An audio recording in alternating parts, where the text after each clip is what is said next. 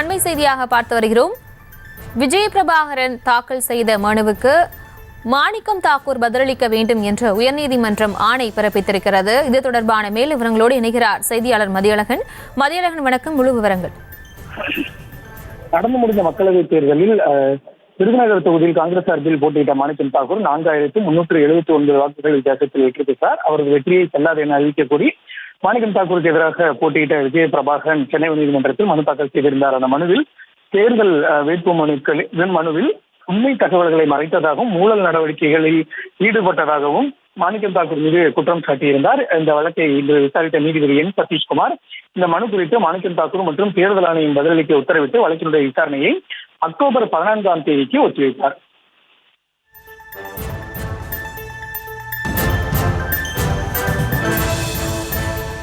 விவரங்களுக்கு நன்றி.